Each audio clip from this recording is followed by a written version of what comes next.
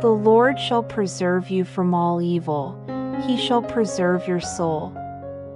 The Lord shall preserve your going out and your coming in from this time forth, and even forevermore. Do not be overcome by evil, but overcome evil with good.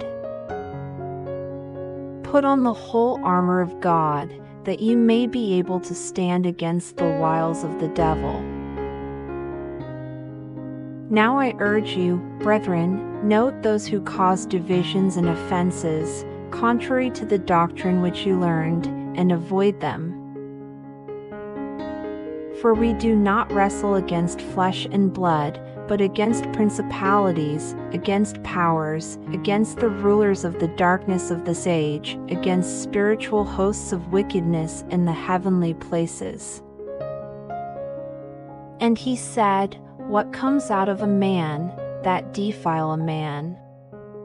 For from within, out of the heart of men, proceed evil thoughts, adulteries, fornications, murders, thefts, covetousness, wickedness, deceit, lewdness, an evil eye, blasphemy, pride, foolishness. All these evil things come from within and defile a man. The fear of the Lord is to hate evil, pride and arrogance and the evil way and the perverse mouth I hate.